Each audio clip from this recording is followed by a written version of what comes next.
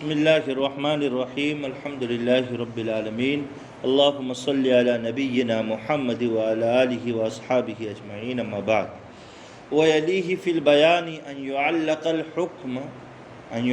الحکم علی عین موصوفۃ بصفہ فالظاہر ان تلک الصفۃ علۃ وقد يكون هذا بلفظ الشرط كقوله تعالى وَإِن كُنَّ أُولَاتِ حَمْلٍ فَأَنفِقُوا عَلَيْهِنَّ حَتَّى يَضَعْنَ حَمْلَهُنَّ وكقوله صلی اللہ علیہ وسلم من باع نخلا بعد ان ابرت فثمرتها للبائع الا ان يشترطها المبتاع۔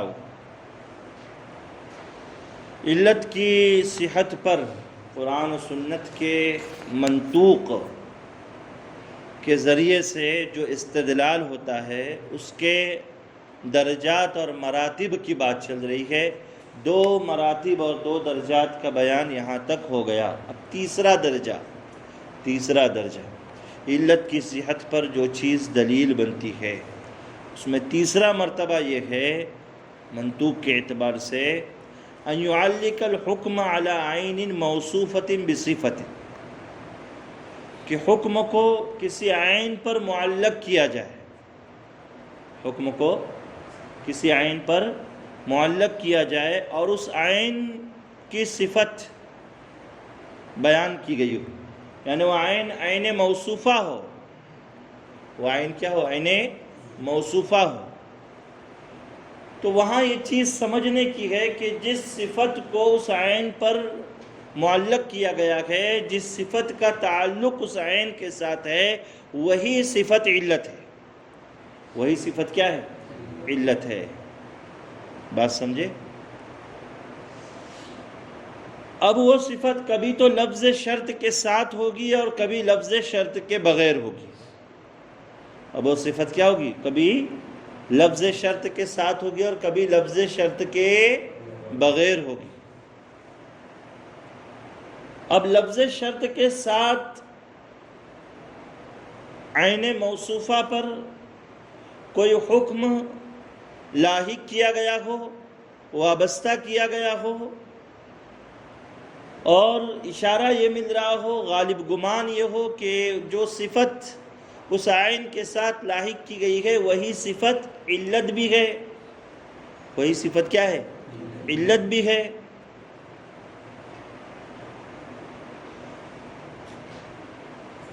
اور لفظ شرط کے ساتھ ہے تو اس کی مثال جیسے قرآن کریم میں ہے، سورہ طلاق کی آیت وَإِن كُنَّ أُولَاتِ حَمْلٍ فَأَنفِقُوا عَلَيْهِنَّ حَتَّى يَضَعْنَ حَمْلَهُنَّ۔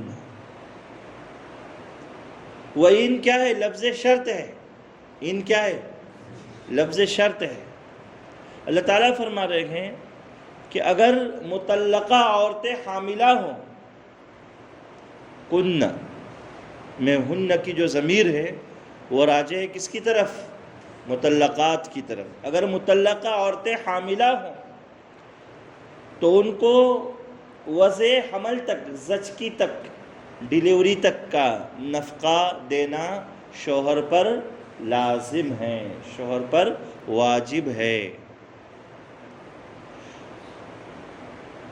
تو دیکھیے مطلقہ کا نفقہ طلاق دینے والے شوہر پر وضع حمل تک واجب ہے۔ یہ ایک حکم شرعی ہے۔ کیا ہے یہ؟ حکم شرعی۔ اور اس حکم شرعی کو ایک عین موصوفہ پر متعلق کیا گیا، اس کے ساتھ اس کا تعلق جوڑا گیا ہے، اور وہ عین موصوفہ ہے مطلقہ حاملہ۔ مطلقہ عین ہے، مطلقہ عین ہے جس عورت کو طلاق دی جا رہی ہے، لیکن اس کے ساتھ ایک وصف وابستہ کیا گیا حمل کا، حاملہ ہونے کا۔ تو غالب گمان یہ ہے کہ حمل ہی علت ہے، یعنی یہ جو مطلقہ کو نفقہ مل رہا ہے کس وجہ سے مل رہا ہے؟ اس کے حاملہ ہونے کی وجہ سے مل رہا ہے۔ اگر یہ مطلقہ حاملہ نہ ہوتی تو شوافی کا کہنا یہ ہے کہ پھر طالق کے ذمے میں اس مطلقہ کا نفقہ لازم نہیں۔ طالق کے ذمے میں اس مطلقہ کا نفقہ لازم نہیں، چونکہ وہ مطلقہ حاملہ ہے، اس وجہ سے اسی علت کی وجہ سے، حمل کی علت کی وجہ سے یہ طلاق دینے والے شوہر پر اس عورت کا، مطلقہ حاملہ کا نفقہ واسع حمل تک، یہاں تک کہ ڈیلیوری کا جو خرچ ہے وہ بھی طلاق دینے والے کے ذمے میں لازم ہے۔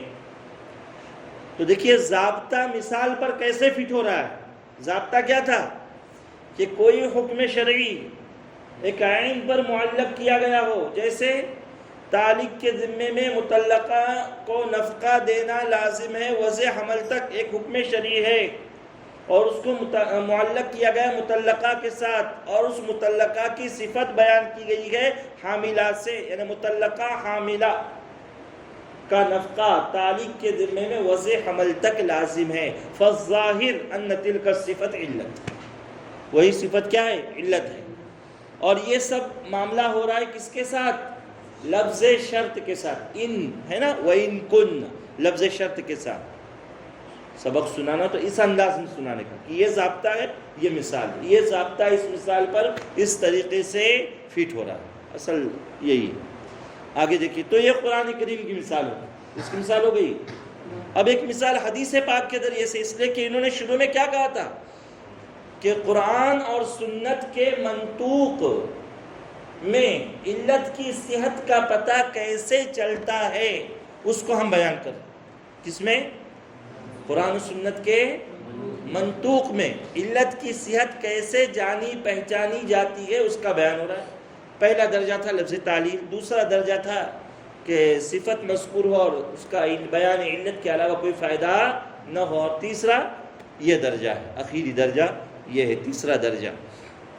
حدیث پاک سے مثال دیکھیے، نبی کریم صلی اللہ تعالیٰ علیہ وسلم کا فرمان ہے، من باع نخلا بعد ان ابرت فثمرتها للبائع الا ان یشترطها المبتاع۔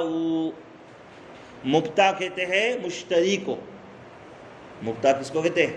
مشتری کو، خریدار کو، اور بائع بیچنے والے کو۔ نخلاً کھجور کے درختوں کو کہتے ہیں، ابرت یعنی تعبیر، کھجور کے درختوں میں نر اور مادہ درخت کی ٹہنیاں جوڑی جاتی، ملائی جاتی، اس کو تعبیر کہتے ہیں۔ اہل عرب اس کے عادی تھے، اس لیے کہ ان کا یہ خیال تھا، یعنی ایگریکلچر کی ایک تھیری تھی ان کی زراعت کے باب میں، کہ اس طریقے سے کرنے سے کھجوریں زیادہ پیدا ہوتی۔ بات سمجھے نا، تعبیر جس کو کہتے ہیں۔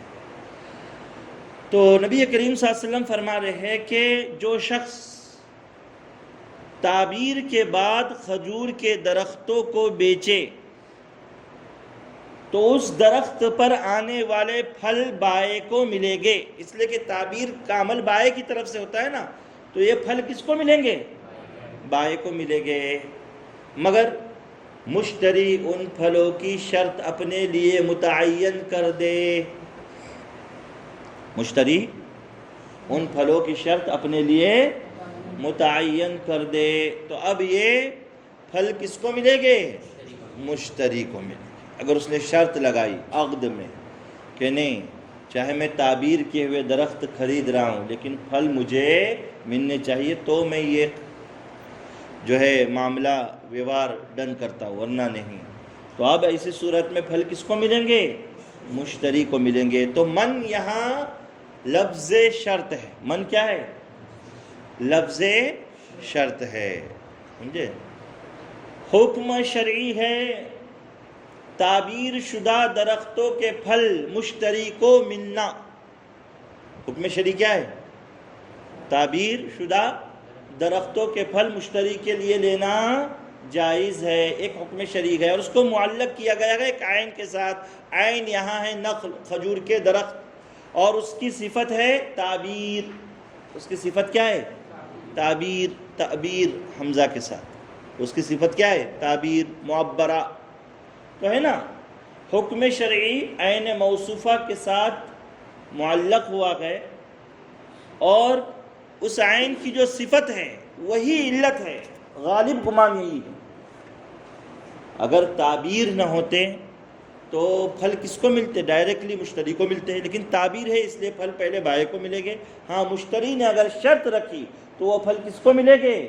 مشتری کو ملے گے، ہے نا؟ آپ کا ضابطہ آپ کی مثال پر، حدیث پاک پر فٹ ہو رہا ہے، قاعدے کا اجرا ہو رہا ہے، سمجھے؟ فالظاہر ان الحمل علت لوجوب النفقۃ، تو غالب گمان یہ ہے کہ پہلی مثال میں، کون سی مثال میں؟ وَإِن كُنَّ أُولَاتِ حَمْلٍ فَأَنفِقُوا عَلَيْهِنَّ حَتَّى يَضَعْنَ حَمْلَهُنَّ، اس مثال میں حمل وجوب نفقہ کی علت ہے۔ والتعبیر علت لکون الثمرۃ للبائع، اور دوسری مثال میں بائع کو جو پھل ملنے والے ہیں، اللہ کہ مشتری شرط لگائے تو مشتری کے، لیکن اولین اس میں وہلے میں وہ پھل کس کو ملتے ہیں؟ بائع کو جو پھل ملتے ہیں، اس کی علت کیا ہے؟ تعبیر۔ تعبیر نہ ہوتی تو ظاہر سی بات ہے، آدمی نے درخت بیچ لیا تو مشتری اس کا کیا ہو گیا؟ مالک ہو گیا۔ اب اس درخت کے منافع وغیرہ ساری چیزیں کس کو حاصل ہوگی؟ مشتری کو حاصل ہوگی، یہ بات ہے۔ تو یہ تو ہو گئی لفظ شرط کے ساتھ۔ اب آگے کہہ رہے وقت تکون بغیر لفظ الشرط، اور کبھی کبھی عین موصوفہ پر حکم معلق کیا جاتا ہے اور وہاں سے علت کی صحت پتہ چلتی ہے، لیکن بغیر لفظ شرط کے حکم عین موصوفہ کے ساتھ معلق کیا جاتا ہے۔ اس کی مثال دے رہے قرآن کریم سے، جیسے کہ اللہ تعالیٰ کا فرمان والسارق والسارقۃ فاقطعوا ایدیہما نکالا من اللہ جزاء بما کسبا نکالا من اللہ واللہ عزیز حکیم۔ تو یہ دیکھیے والسارق والسارقۃ فاقطعوا ایدیہما، تو چور مرد ہو یا چور عورت ہو، اس کے ہاتھوں کو کاٹنے کی سزا قرآن کریم یہاں بیان کر رہا ہے، ایک حکم شرعی بیان ہو رہا ہے، اور یہ حکم شرعی عین موصوفہ پر وابستہ کیا گیا۔ عین ہے انسان اور اس کی صفت ہے چور ہونا، کہ اگر چور ہے تو اس کے ہاتھوں کو کاٹا جائے گا، لیکن اس کے شرائط جیسے پہلے حصے میں بیان ہوئے تھے نظر اور دلیل کے بیان میں، کہ مال حرز مثل سے چرایا ہوا ہو، ربع دینار یا اس سے زائد کا مال ہو، چور کو اپنے مال مسروق میں اپنی ملکیت کا شبہ نہ ہو، یہ ساری چیزیں ہیں۔ تو اس کے اور اسلامی مملکت ہو تو ہاتھ کاٹے جائیں گے، یہ سب اس کے متعلقات ہیں۔ بہرحال چور کے ہاتھ کاٹنے کی علت کیا ہے؟ سرقہ، چوری، جو عین کے ساتھ صفت ہے نا، وہی صفت علت ہے، وہی صفت کیا ہے؟ علت ہے۔ دوسری مثال حدیث پاک سے لا تبیعوا الطعام بالطعام الا مثلا بمثل، کھانے کی چیزیں کھانے کے ساتھ مت بیچو مگر برابر سرابر۔ قبض فی المجلس، اور ہاتھوں ہاتھ قبضہ اگر ہے تو بیچنا جائز ہے۔ پھر دیگر احادیث میں ان چیزوں کی بھی صراحت ہے، گیہوں گیہوں کے بدلے میں، جو جو کے بدلے میں، نمک نمک کے بدلے میں، اور کھجور کھجور کے بدلے میں۔ تو دیکھیے اشیاء مطعومہ کی بیع اشیاء مطعومہ کے ساتھ برابر سرابر ہی ہونی چاہیے، ایک حکم شرعی ہے جو عین موصوفہ نے اشیاء مطعومہ پر متعلق کی گئی ہے، اور یہاں صفت کیا ہے؟ تعمیت کی صفت، تو یہی تعمیت کی صفت علت ہے۔ فالظاہر ان السرقۃ علت لوجوب القطع، چور کے ہاتھ کاٹنا واجب ہے، اس کی علت کیا ہے؟ سرقہ، چوری۔ والطعم علت لتحریم التفاضل، اور طعمیت، طعمیت یعنی وہی کھایا جانا اس چیز کا، اشیاء مطعومہ میں طعمیت، یہ تحریم تفاضل کے لیے علت ہے، ربا کی حرمت کے لیے کیا ہے؟ علت ہے۔ بات سمجھ میں آ رہی ہے؟ تو یہ قرآن اور سنت کے منطوق سے، قرآن اور سنت کے منطوق سے علت کی صحت کا جو پتہ چلتا ہے، اس کی کتنی صورتیں ہو گئی؟ 3 صورتیں۔ کتنی صورتیں ہو گئی؟ اور درجہ وار، مرتبہ وار امام شیرازی رحمۃ اللہ علیہ نے تینوں صورتوں کا تذکرہ فرمایا۔ مرحلہ وار درجہ وار تینوں صورتوں کا کیا کیا ہے؟ تذکرہ فرمایا ہے۔ بات سمجھے؟ آگے دیکھیے، وَأَمَّا دَلَالَتُهُمَا مِنْ جِهَةِ الْفَحْوَى وَالْمَفْهُومِ فَبَعْضُهَا أَجْلَى مِنْ بَعْضٍ۔ قرآن و سنت کے مفہوم کے اعتبار سے، اب آگے اس کا بیان ہے، قرآن و سنت کے مفہوم کے اعتبار سے علت کا صحیح ہونا پتہ چلتا ہے، اس کے بھی کچھ مراتب ہیں۔ اس کے بھی کیا ہے؟ کچھ، جیسے منطوق کے مسائل مراتب ذکر ہوئے، ویسے مفہوم کے بھی کیا ہے؟ کچھ مراتب ہیں۔ فَبَعْضُهَا أَجْلَى مِنْ بَعْضٍ، ان میں سے بعض مرتبے بعض سے اعلیٰ ہے۔ فَأَجْلَاهَا مَا دَلَّ عَلَيْهِ التَّنْبِيهُ، ان میں سب سے اعلیٰ مرتبہ، سب سے اعلیٰ مرتبہ کہ جس پر تنبیہ کے ذریعے سے استدلال قائم ہو جائے، یعنی تنبیہ الادنیٰ الی الاعلیٰ و تنبیہ الاعلیٰ الی الادنیٰ۔ پیچھے بات آئی نا پہلے حصے میں مفہوم الخطاب میں کہ فحوى الخطاب کیا ہوتا ہے؟ مفہوم موافق میں کیا ہوتا ہے کہ تنبیہ الادنیٰ الی الاعلیٰ یا تنبیہ الاعلیٰ الی الادنیٰ کے ذریعے سے علت پتہ چلتی ہے۔ جیسے فَلَا تَقُلْ لَهُمَا اُف، اللہ تعالیٰ نے ادنیٰ صورت ذکر کی اذیت کی کہ والدین کو اف مت کرو۔ اف سے تو والدین کو کیا ہوتی ہے؟ ادنیٰ تکلیف ہوتی ہے۔ تو مارنا بدرجہ اولیٰ منع ہے۔ مارنا کیا ہے؟ وہ تو اعلیٰ صورت ہے اذیت کی، وہ تو بدرجہ اولیٰ منع ہوگی۔ اور یہاں پر علت کیا ہے؟ اذیت۔ علت کیا ہے؟ اذیت۔ تو یہ علت کس سے پتہ چلی؟ تنبیہ کے ذریعے سے، کہ جب اللہ تعالیٰ نے فَلَا تَقُلْ لَهُمَا اُف، والدین کو اف کہنے کی ممانعت کر دی، تو آدمی نے غور و فکر کیا کہ جب اف کہنا منع گئے تو کیوں منع ہے؟ تو علت نکلی اذیت، تکلیف۔ علت کیا نکلی؟ اذیت، تکلیف۔ تو یہ علت اذیت اور تکلیف کی ضرب میں تو بدرجہ اولیٰ پائی جا رہی ہے، بدرجہ اولیٰ پائی جا رہی ہے۔ تو ضرب تو بدرجہ اولیٰ کیا ہے؟ منع ہے، حرام ہے۔ سمجھے؟ ایک تو ہو گئی قرآن سے مثال، دوسری مثال دے رہے کس سے؟ حدیث پاک سے۔ آپ صلی اللہ تعالیٰ علیہ وسلم نے نہا رسول اللہ صلی اللہ علیہ وسلم عن التضحیۃ بالعوراء، کانے جانور کی قربانی کرنے سے منع فرمایا۔ عورا جانور کی قربانی کرنے سے کیا کیا؟ منع فرمایا۔ کانا کسے کہتے ہیں آپ کے یہاں پر؟ عورا کانا کسے کہیں گے؟ چلو صحیح جواب دی۔ نہ بعض لوگ بولتے ہیں کہ جس کا ایک کان نہ ہو یا جس کے دونوں کان۔ استغفر۔ عورا یعنی ایک آنکھ جس کی ضائع ہو اس کو کانا کہتے ہیں۔ اس جانور کو کیا کہتے ہیں؟ کانا۔ اور بالکل ہی دونوں آنکھیں نہ ہو تو عمیاں، نابینا جسے کہیں گے، عمیاں۔ تو کانے جانور کی قربانی کرنا منع ہے۔ آدمی اس نے غور و فکر کرتا ہے تو کیا علت نکلتی ہے؟ بھائی علت کیا نکلے گی؟ نقص، عیب۔ علت کیا نکلتی ہے؟ عیب۔ تو یہ عیب عمیاں نابینا میں بدرجہ اولیٰ پایا جا رہا ہے۔ تو نابینا جانور کی قربانی کرنا بدرجہ اولیٰ منع ہے، اس لیے کہ اس میں علت بڑے شد و مد کے ساتھ پائی جا رہی، عیب اعلیٰ مقدار میں پایا جا رہا ہے۔ تو تنبیہ کے ذریعے سے علت پتہ چلی، تنبیہ الادنیٰ الی الاعلیٰ، کہ ادنیٰ چیز پر متنبہ کیا گیا ہے تاکہ اعلیٰ سے روکا جائے، اعلیٰ سے منع کیا جائے۔ فَيَدُلُّ التَّنْبِيهِ عِنْدَ سَمَاعِهِ أَنَّ الضَّرْبَ أَوْلَى بِالْمَنْعِ۔ پہلی آیت فَلَا تَقُلْ لَهُمَا اُفٍّ، یہ سنتے ہی یہ سمجھ میں آ جاتا ہے کہ مارنا بدرجہ اولیٰ منع ہے۔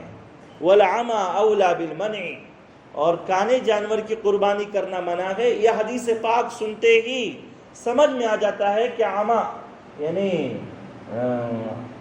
اندھے جانور کی قربانی کرنا بدرجہ اولیٰ منع ہے۔ تو دیکھیے قرآن اور سنت کے مفہوم کے ذریعے سے علت پتہ چلی، اور یہ پہلا مرتبہ ہے تنبیہ کا۔ کس کا مرتبہ؟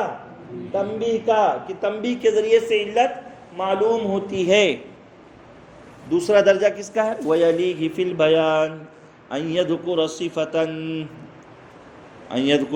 صِفَةً فَيُفْهَمْ مِنْ ذِكْرِهَا الْمَعْنَى الَّذِي تَتَضَمَّنُهُ تِلْكَ الصِّفَةُ مِنْ غَيْرِ جِهَةِ التَّنْبِيهِ كَقَوْلِهِ صلی اللہ علیہ وسلم لا يقضي القاضي وهو غضبان، وكقوله صلی اللہ علیہ وسلم في الفأرة تقع في السمن إن كان جامدا فالقوها وما حولها وإن كان مائعا فارقوه۔ دوسرا درجہ کس کا ہے؟ قرآن و سنت کے مفہوم سے علت معلوم ہونے کا دوسرا درجہ، کہ قرآن اور سنت میں، قرآن میں اللہ تعالیٰ اور حدیث میں نبی کریم صلی اللہ علیہ وسلم کوئی صفت ذکر کرے، کیا کرے؟ کوئی صفت ذکر کرے، اور اس صفت کے تذکرے سے، اس صفت کے تذکرے سے ایسا معنی سمجھ میں آ جائے کہ جو جس معنی کو وہ صفت شامل ہے، جس معنی کو وہ صفت کیا ہے؟ شامل ہے، تو اس میں سمجھ میں آ جائے گا کہ وہ صفت علت ہے، اس صفت سے وہ معنی علت کا سمجھ میں آ جاتا ہے۔ وہ صفت علت نہیں بلکہ اس صفت سے جو مفہوم وہاں سے ہو رہا ہے وہ علت بنے گی۔ جیسے حدیث پاک میں اللہ کے نبی صلی اللہ علیہ وسلم نے فرمایا لا يقضي القاضی وهو غضبان، کہ غصے کی حالت میں کوئی قاضی فیصلہ نہ کرے۔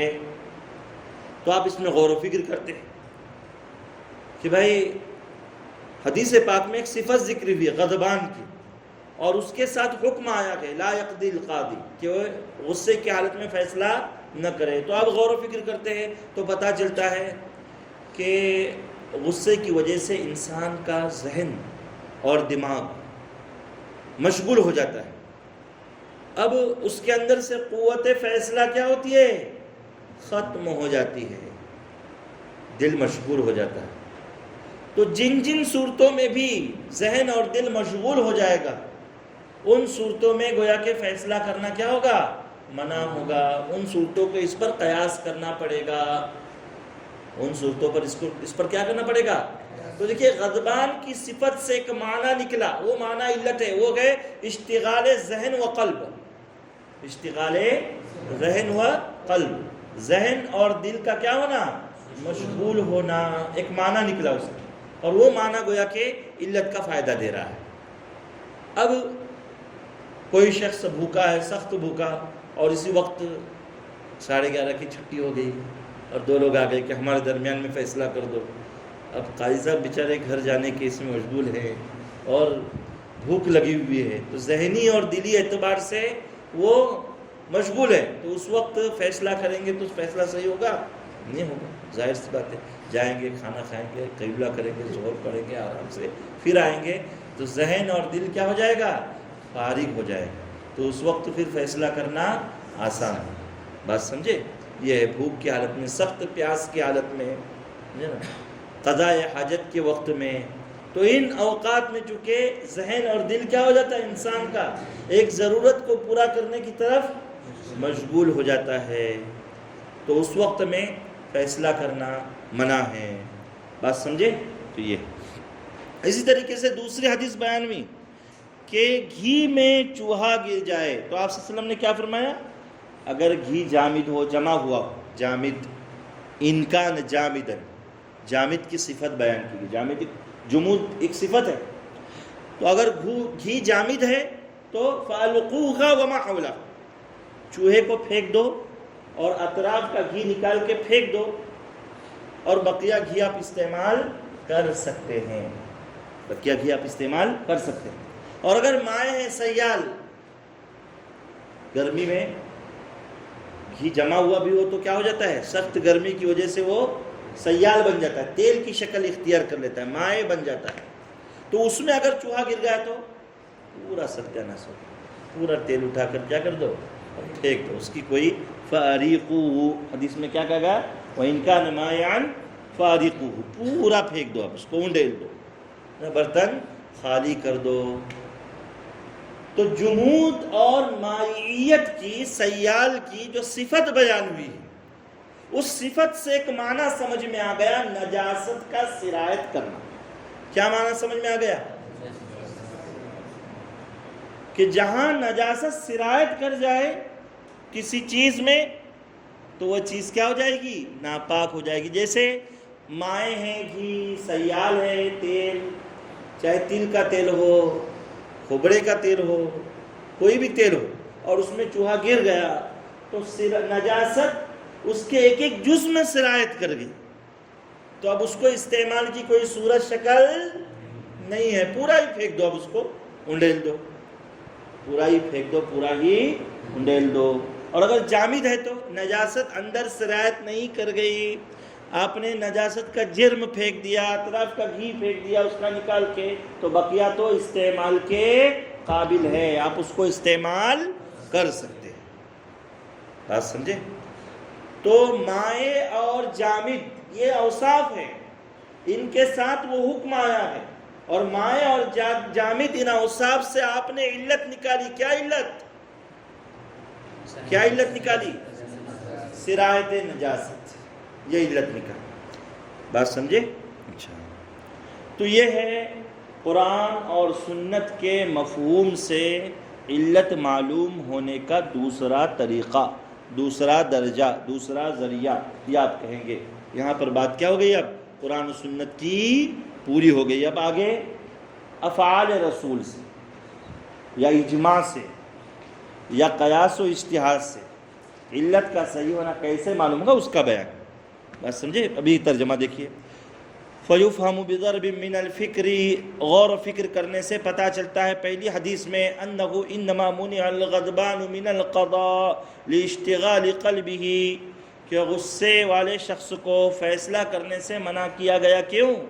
اس کے ذہن اور دل کے مشغول ہونے کی وجہ سے. تو اشتغال قلب علت. وَأَنَّ الْجَائِعَ وَالْعَطْشَانَ مِثْلَهُ، بھوکا اور پیاسا بھی غضبان کی طرح ہے. صرف غصہ علت نہیں ہے بلکہ اشتغال قلب علت ہے. بھوکا اور پیاسا بھی اسی کی طرح ہے کہ وہاں پر بھی اشتغال قلب ہے، تو اس حالت میں بھی فیصلہ کرنا کیا ہے؟ منع ہے. بات سمجھے؟ اس حالت میں بھی فیصلہ کرنا منع ہے. وَأَنَّهُ إِنَّمَا أُمِرَ بِإِلْقَاءِ مَا حَوْلَ الْفَارَةِ مِنَ السَّمْنِ إِنْ كَانَ جَامِدًا وَإِرَاقَتِهِ إِنْ كَانَ مَائِعًا لِكَوْنِهِ جَامِدًا أَوْ مَائِعًا وَأَنَّ الشِّيرَجَ وَالزَّيْتَ مِثْلَهُ. اور اسی طریقے سے گھی میں چوہا گر جائے اور گھی جامد ہو تو چوہا اور اطراف کے گھی کو پھینکنے کا حکم دیا گیا، اور اگر گھی مائع ہے، سیال ہے، تو مکمل انڈیلنے کا حکم دیا گیا. کیوں؟ جمودت اور مائعیت سے آپ نے علت کیا نکالی ہے؟ سرایت نجاست کی علت نکالی ہے. تو سرایت نجاست جہاں پر بھی پایا جائے گا وہ پوری چیز ناپاک، اور جہاں نجاست سرایت نہیں کر گئی ہے تو وہ چیز ناپاک نہیں. یہ صرف گھی کا حکم نہیں ہے. وَأَنَّ الشِّيرَجَ وَالزَّيْتَ مِثْلَهُ، شیرج کہتے ہیں تل کے تیل کو، اور زیت کہتے ہیں وہی زیتون کے تیل کو یا عمومی تیل کو. ان کا حکم بھی اسی طرح ہے کہ وہ بھی اگر جامد ہو اور نجاست گر جائے تو اس نجاست کو پھینک دو، اطراف کا جمع ہوا پھینک دو، بقیہ استعمال کرو. اور مائع ہے تو مکمل انڈیلنے کا حکم دیا گیا ہے.